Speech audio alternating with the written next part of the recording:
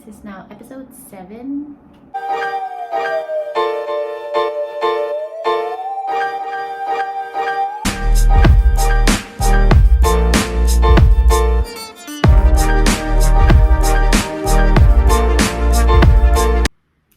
Hi guys, so welcome back to my channel, and today we will continue with my series that is called Story Time.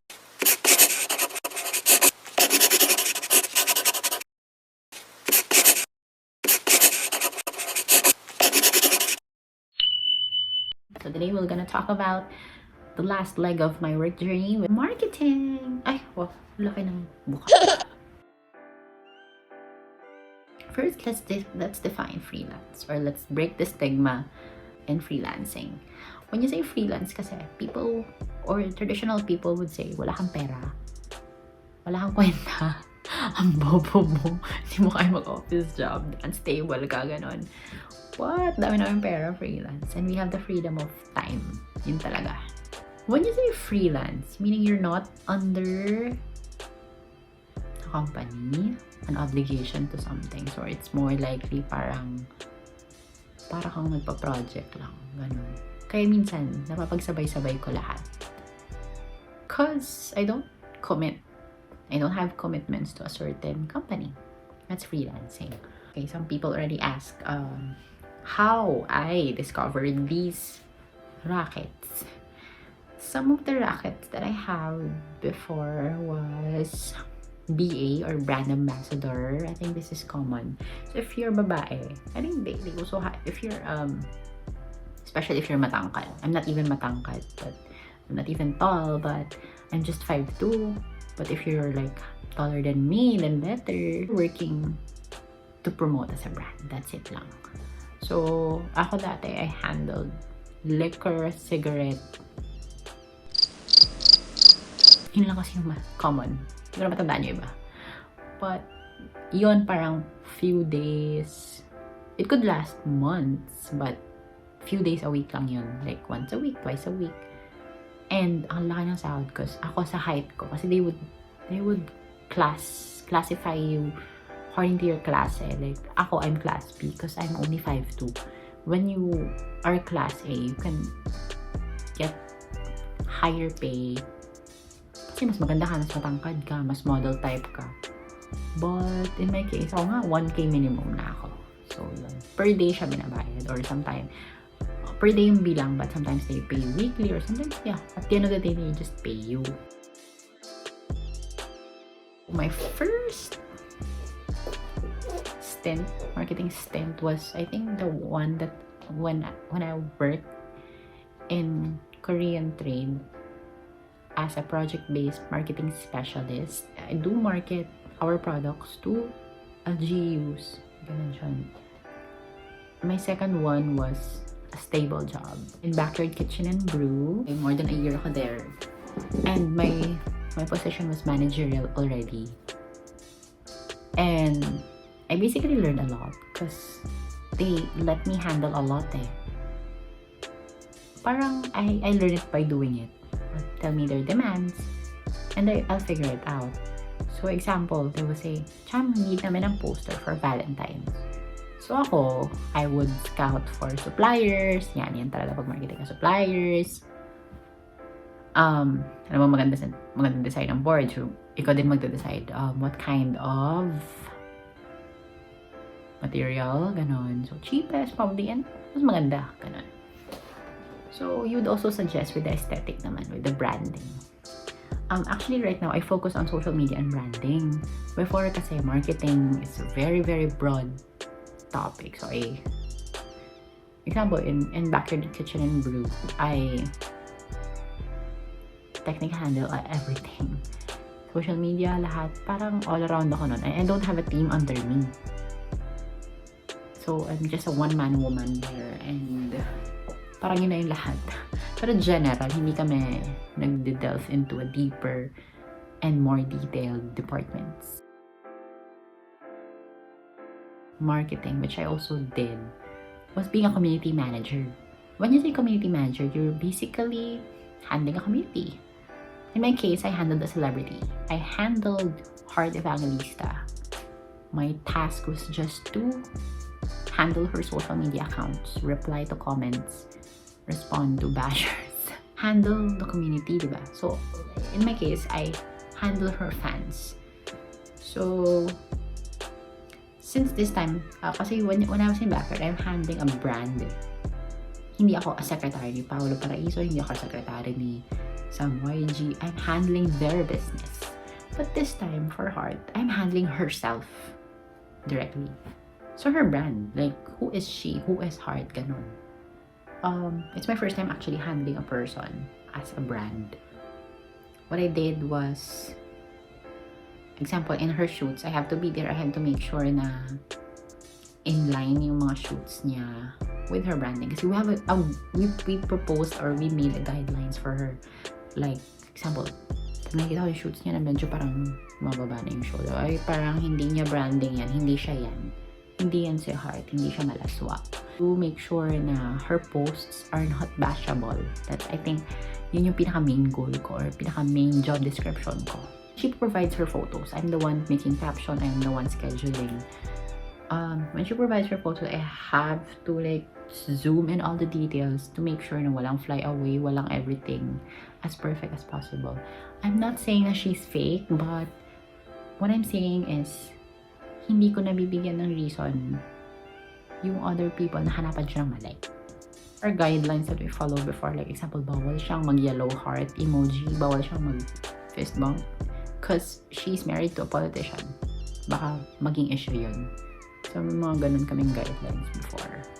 Just have to make sure you can handle criticisms of their fans. Hindi ka lang basta-basta mag-schedule it. For, well, in my case kasi I'm handling a celebrity, which a big celebrity na has endorsements na.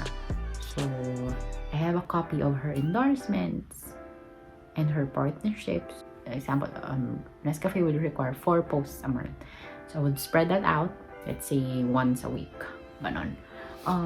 I would remind her kasi she provides me photos pero picture lang siya ng picture, wala na siya talagang pakialam sa wala na siyang control over her content.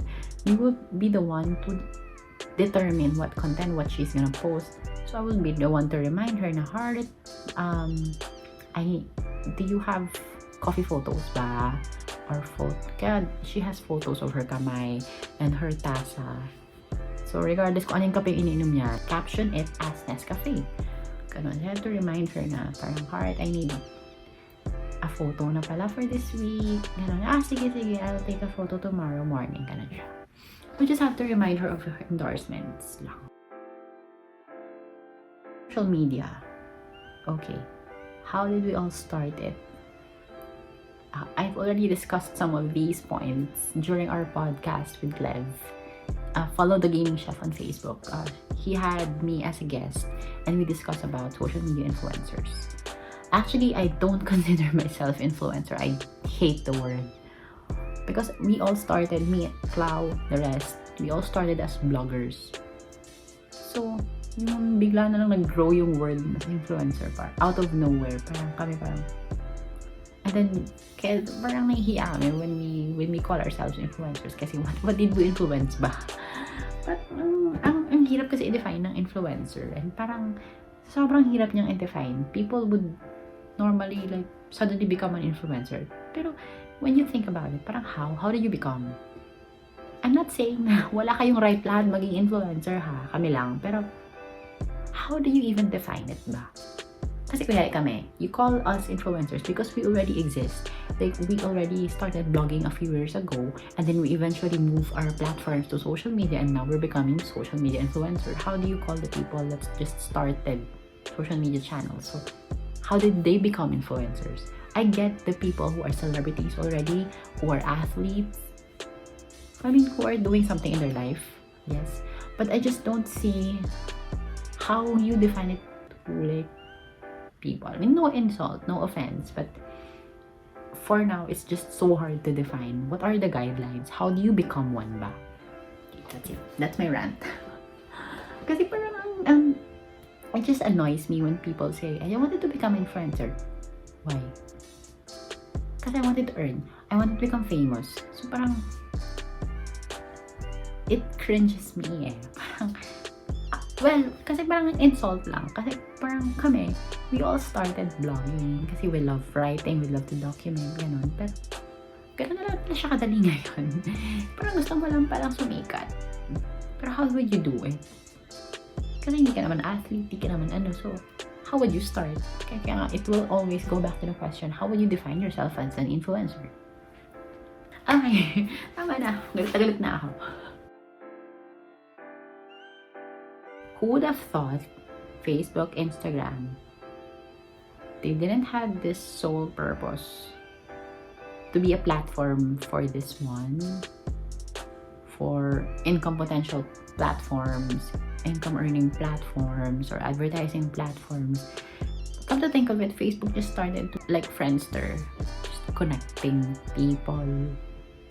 Instagram, from the word itself, just have to post instant photos. But now look at Instagram, you have to have a good feed. It's not anymore instant photo. I post photos from years ago kasi bagay siya right now sa filter. Ganun. So it's not anymore.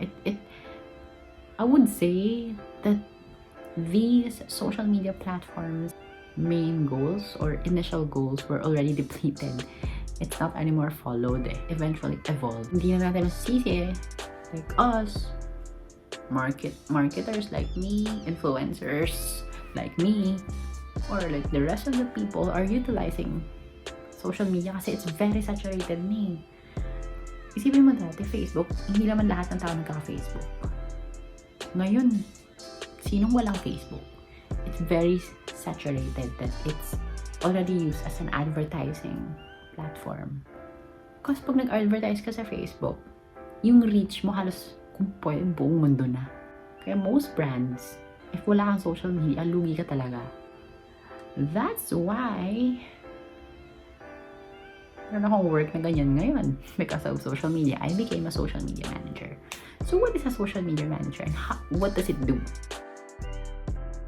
As a social media manager, basically the very basic explanation is you handle a brand or a person's social media channels. But how do you do it? Hindi lang naman siya basta-basta buksan ko Instagram mo, check kung sino mga nag-message sa'yo. Hindi lang naman yun ganun. It involves a lot of work. Kasi, example, when you handle Instagram, you're gonna be the one who will decide what he or she will post or what this brand will post. Unless he has a graphics designer. Ikaw yung magde-direct sa graphics designer. What he's gonna make, he will provide you the images and you'll be the one to post. Ikaw mag-iisip nun. Like example, it's a makeup brand. Ano ba? Mood board. So you will present it to your client like, you wanted, example, every Monday it's a flat lay photo. Every Tuesday it's a model photo. That's what I do eh. I schedule guidelines or themes on specific dates or days. Hindi kasi siya yung tipong parang gusto ko mag-post ngayon ng lipstick. Bukas parang ano naman, powder. Hindi ganun. You have to, as much as possible, follow para may flow ka. Yung tipong ikaw gumawa ng rules, pero kahit absent ka, kayang gawin ng iba. Kasi may guide ka na ginawa. Handle and post for social media, create content that's part of the content management or content creation, which is in line with, of course, the branding. Analytics, SEO and SEM. When you say SEO, it's search engine optimization, and SEM is search engine management. That's one aspect of social media na medyo mahina pa ako kasi it's analytical and it involves figures. You know how much I hate numbers. It's a technical skill that you need to possess if you wanted to pursue a job in SEO. Kasi when you are a social media manager, a digital marketing manager, you have to ask your client or your boss na anong aspect ba? You want me content creation? You want me brand management? You want me what? Iba-iba yan eh. Pero kung SEO ka, basically you're the one who are having tools in front of you and it will determine what specific keywords, what specific hashtags a brand should use. Medyo technical siya. Guys, antok na talaga ako. Hindi ko alam sa sabaw na itong nasa utang ko.